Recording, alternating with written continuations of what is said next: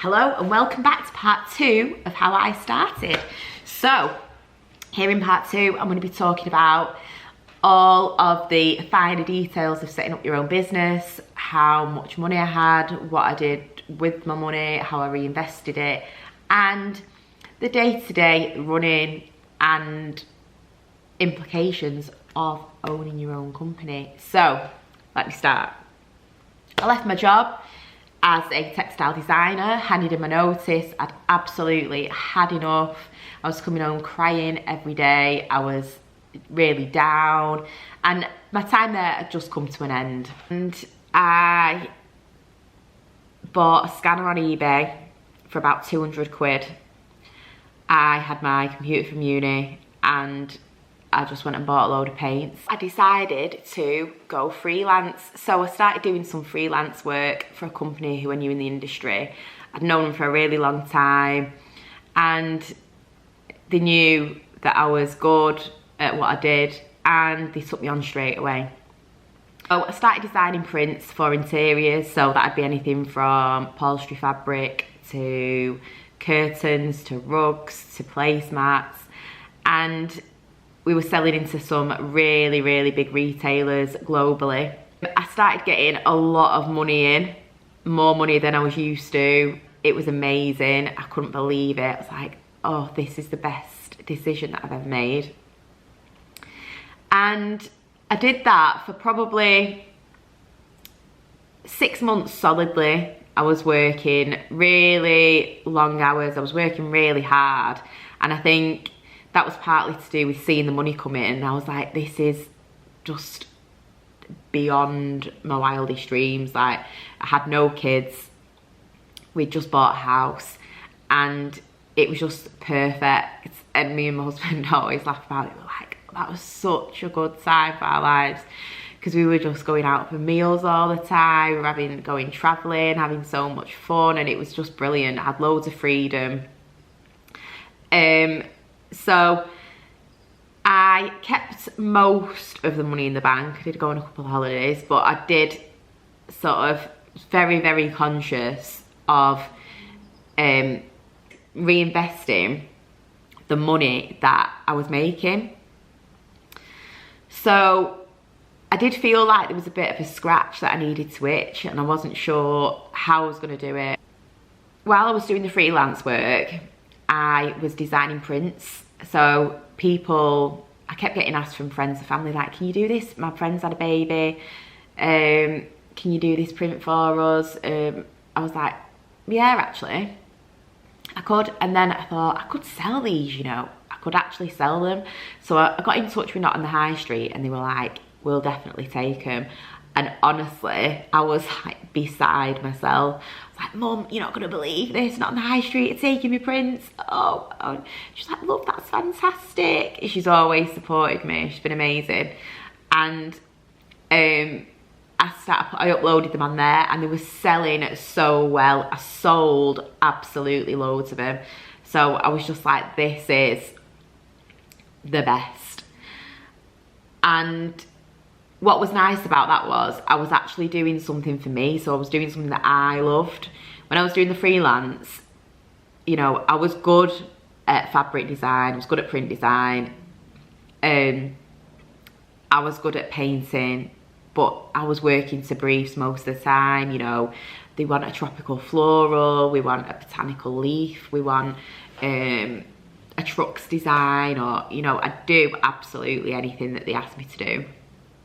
And this was something that I was doing that I really was passionate about and that I absolutely loved myself. So we were selling out of the prints on Not on the High Street, which was incredible.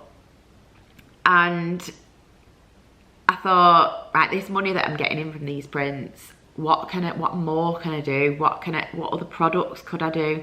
And I was just sat watching TV one night and I was looking for some tea towels for the kitchen and I just couldn't find anything. And I thought, you know what? I could do some tea towels that are miles better than these on here. You know, they all had like a little duck on, or some lemons, or something really twee, or just, and I thought, you actually have it out on your side, you have it out in your kitchen, and it's always on show. Like, why wouldn't you have a nice print, or why wouldn't it be something that you like to look at? Just because it's a tea towel doesn't mean that it shouldn't be nice. So I thought, yeah, I'm gonna do that. So I did some tea towels, and I was phoning up suppliers. I was like, no, that's too much. Sorry, can you get the price down at all? And he was like, let me just think about it, let me have a word. Got back to me. It's like, right, yeah, I'll do it.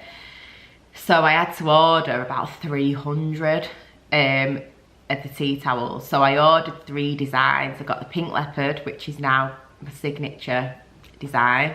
I got a couple of others, which you probably wouldn't even recognise as my style. So I did these tea towels, I got them in. I was like, what on earth am I gonna do with these now? I was set up an Instagram, and I thought, right, I need to try and sell these. I had about 200 followers, and I thought, how am I gonna get rid of them? I followed loads of people, loads of influencers, and 5 years ago, probably longer, 6 years ago, on Instagram, there was a lot more engagement. People, there wasn't as many influencers out there. It wasn't as saturated with people. You know, there wasn't as much pressure to get that content, get it out there. So I thought, I'm just gonna see if I can send a few out to people. And I sent a few out.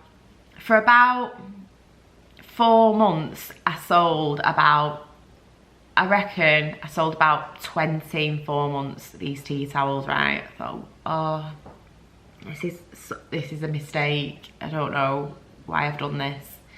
So I sent them out to some influencers, and I sent them out to one person in particular, and she shared it, and that was it.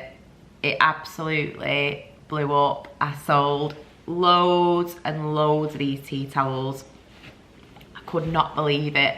My mum was coming around, she was like, Eleanor, what are you doing? I was like, I'm just making these boxes to send these tea towels out, because I've sold about 400 in 2 days, and I could not believe it.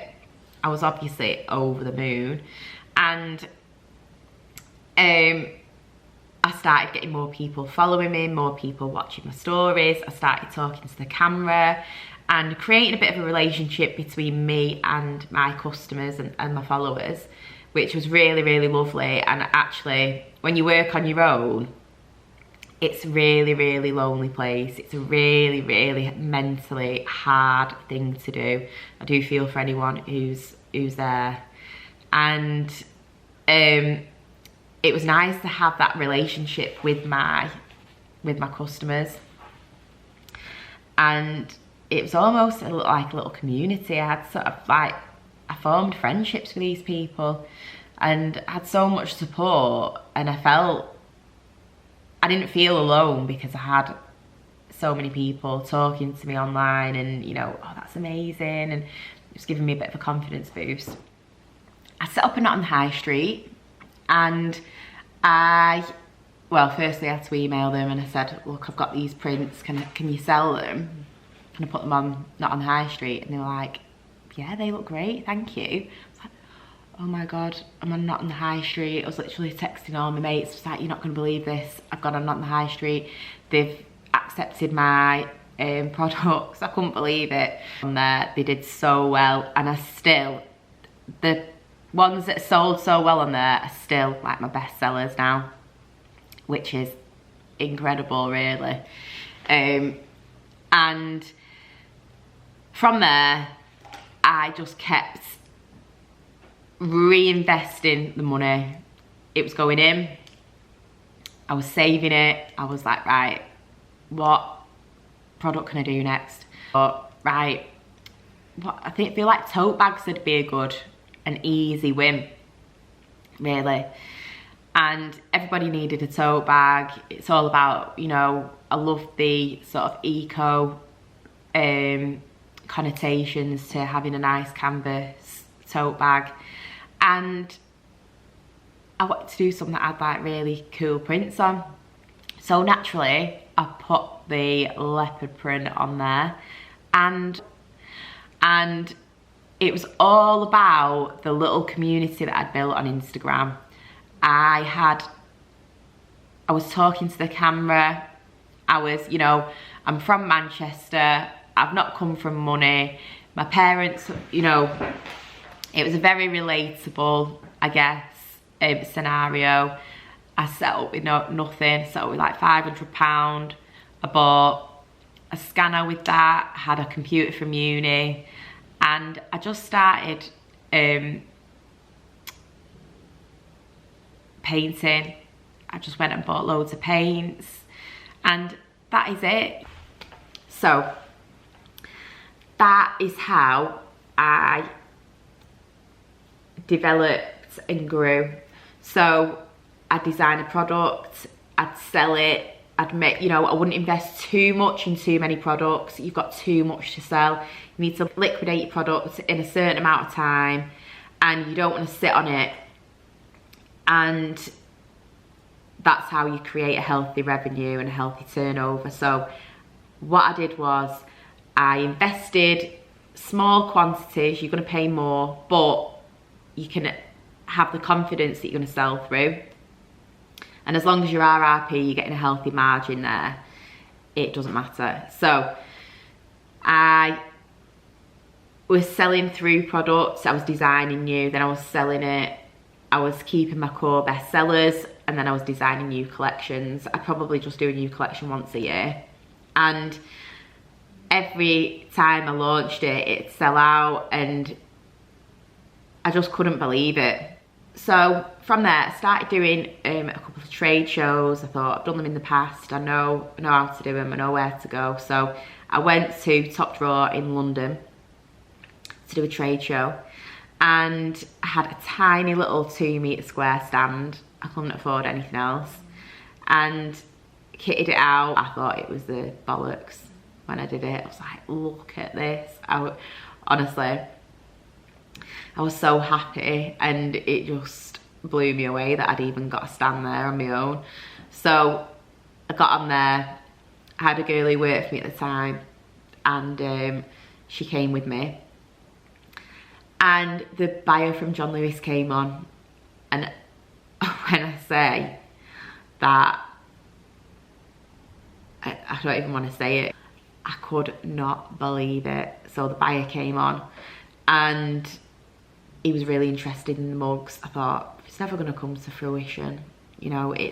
Don't think too much into it. Anyway, he was like, I think your stuff would look amazing on mugs. I follow you on Instagram. And I was like, oh, you're joking. Wow. Right, okay. And it actually happened. So the mugs launched on John Lewis. Other companies were getting in touch, really interested in the brand. So it sort of snowballed from there, really. And I think trade shows are fantastic for getting the brand out there and meeting people.